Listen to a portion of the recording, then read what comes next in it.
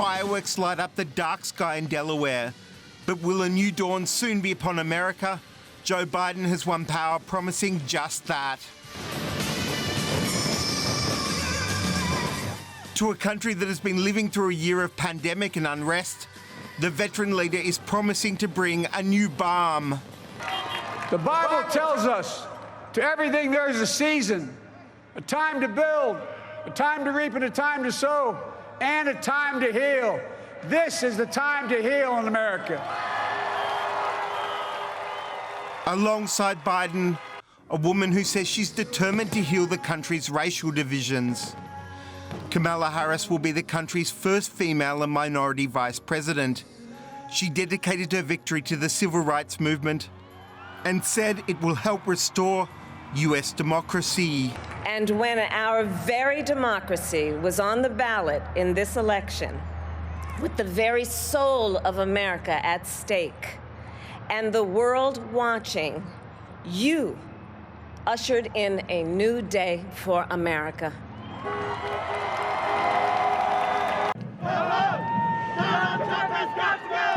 In Washington, D.C. and in many of America's blue states, there were celebrations. For these people and many elsewhere, tonight marks a huge victory in America's bitter culture war. They see themselves as winners who've won back their own country. It feels like America again. You know, it feels like we're now back on the right track. America is back. We have regained America for all people, so I'm ecstatic for the nation. But the other America has been out on the streets too. On Saturday, Stop the Steal rallies were held in closely contested states, like here in Michigan. These people believe the president's unverified theories. They'll view Biden's claims to be the winner with suspicion. I really believe we had the landslide on the Trump side, I put on Facebook yesterday, and it was no mirage. And I encourage President Trump to continue his lawsuits and, fight for, the stealing of this, to stop the stealing of this election. Right now, the current president looks like he's digging into his bunker. As Joe Biden won the election, Donald Trump went golfing. Supporters cheered him on the way back to the White House.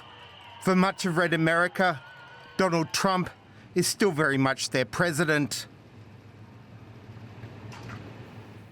I'm joined now by Boris Foreman. He's a political scientist at Bard College, Berlin. Boris, the President-elect Joe Biden called for unity in his acceptance speech. How will he go about achieving that? That's the big question. I mean, he ran on an anti-Trump ticket. It was successful as far as we can see. And so now he has to develop his policy vision more clearly. I mean, he has a couple of important points that he's been trying to make throughout the campaign, but we remember the first debate. There's not much that came across. Climate change seems to be important to him. The racial divisions we heard about. So now I think it's about formulating, articulating this vision, bringing it out, organizing the transition team and getting started. And Trump, of course, hasn't conceded defeat yet. In fact, as the news of Joe Biden's victory broke, he was out golfing at the Trump National Golf Course in Sterling, Virginia. He also repeated his plans to challenge the outcome legally. Boris, does the president have a legal leg to stand on there? Well, I think he has the right, for example, in Georgia, to ask for a recount. I guess that's going to happen in this state, maybe in some other states. Many of the claims by the Trump campaign have already been rejected at a lower state level.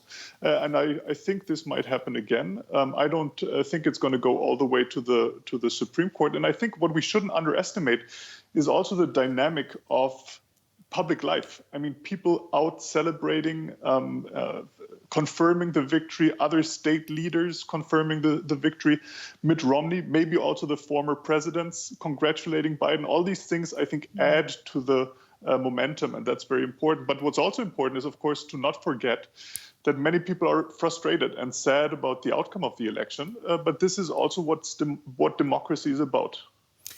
And in January, Donald Trump will most likely lose the immunity from prosecution that he enjoys as president.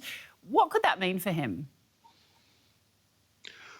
There's a lot of there's a lot of trouble, I guess, waiting for Trump. One thing that comes to mind immediately is the campaign finance problems that he has, and that were just because of his immunity were not pursued further. Other questions that are lingering, and so I think it's going to be a turbulent time for Trump after he exits office. All right, political scientist Boris Foreman, thanks very much for the insight. Well, let's get the international perspective now. And for that, I'm joined by DW's Chief International Editor, Richard Walker. Richard, thanks for coming in. What kind of reactions have we seen so far from the international community? Well, we've seen reactions coming in from all over the world, and perhaps the liveliest so far was on the other side of the world from the United States, in southern India, in the village where Kamala Harris's mother originally came from. There were pictures of celebrations taking place there. A lot of pride, obviously, in that village of someone who has roots there. Rising to the second highest office in the land in the United States.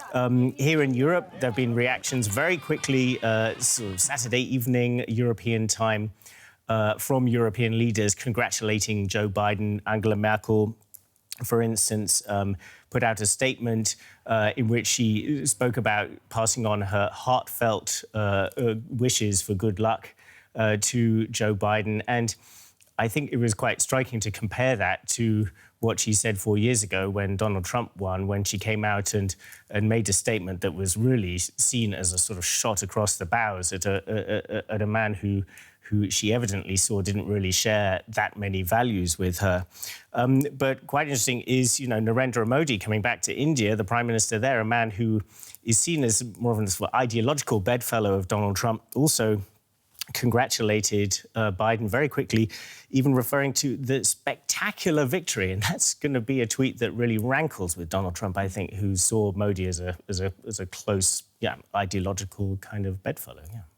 Yeah, well, a lot of acceptance there, some relief in certain quarters. Are there any world leaders who are perhaps not so happy about the outcome? Well, one leader who kind of sticks out, who waited until this morning to pass on his congratulations, Benjamin Netanyahu in Israel, someone who's also seems very ideologically close to Donald Trump, has been really kind of allied to him over the last few years.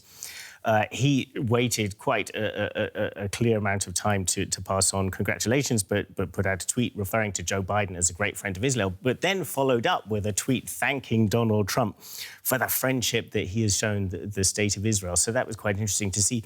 And here in Europe, Andrzej Duda, who's the leader in Poland, from nationalist kind of populist party, also ideologically close to Trump, congratulating Biden, but sort of hedging his bets, talking about awaiting the nomination by the Electoral College, which is quite an interesting thing to say, as if the Electoral College might, for some reason, upturn what the AP and others have called, which is not seen as very likely. Right, yeah. All right, DW's Chief International Editor, Richard Walker, thanks very much. As we just heard, here in Europe, many leaders are hoping Joe Biden will help repair transatlantic ties that have been strained under Trump's presidency. So what would a Biden presidency look like for Europe? Here's more. Trump's America First policy translated into a pullback from its position as a world power willing to work with others. His erratic policy moves have shaken many long-standing allies to the core, first and foremost, the European Union.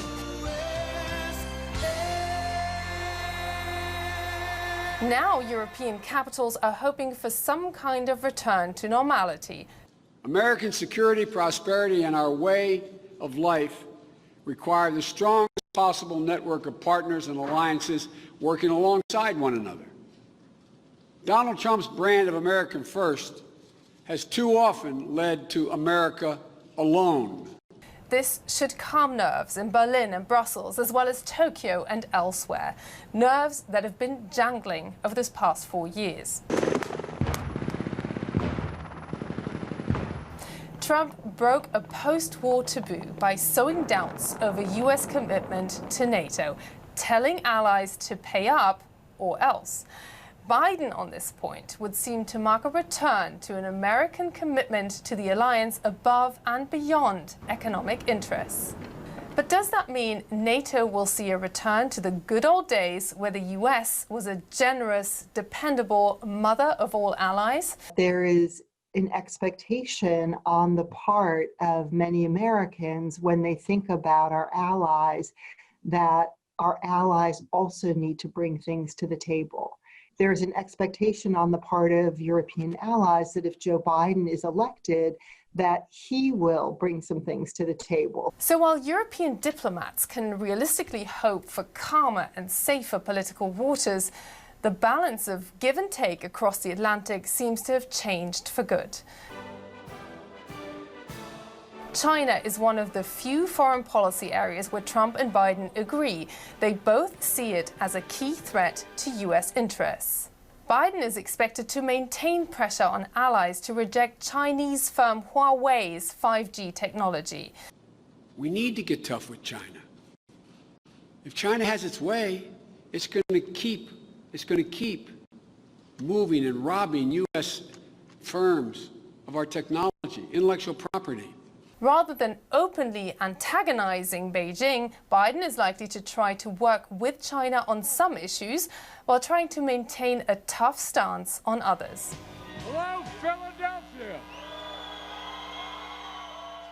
So while President Joe Biden will no doubt promote Western values, whatever international moves he makes, he'll have to prove that his policies are benefiting the folks back home. So he is going to have to put those issues of how you manage the pandemic, how do you solve the economic fallout of that pandemic, how do you heal the racial divisions in this country. There's a very long list of domestic political priorities that he will have to focus on. So it won't just all be about foreign policy and about those important relationships abroad. For now, much of the world will be breathing a sigh of relief that the value-driven America they trusted and depended on could be back. But any honeymoon may be shorter than many are hoping for. Biden's United States will continue to be a demanding partner to its allies. All right, well, that's the political view. But how is news of Biden's victory being received by people on the street? Our reporters have been out getting the reaction from here in Germany. Think what you want about Trump, but he has divided the United States. Let's see what Biden will bring. In the end, it can only get better for America. I am sad, yet I hope that'll change, but I'm not on Biden's side. He definitely is the better choice. In the end, Trump and his methods were impossible. Maybe the world will be a more peaceful place now. Better than Trump, for sure. It's always a matter of opinion, but after the way Trump has acted in public, I think for the US it's better that Biden has won.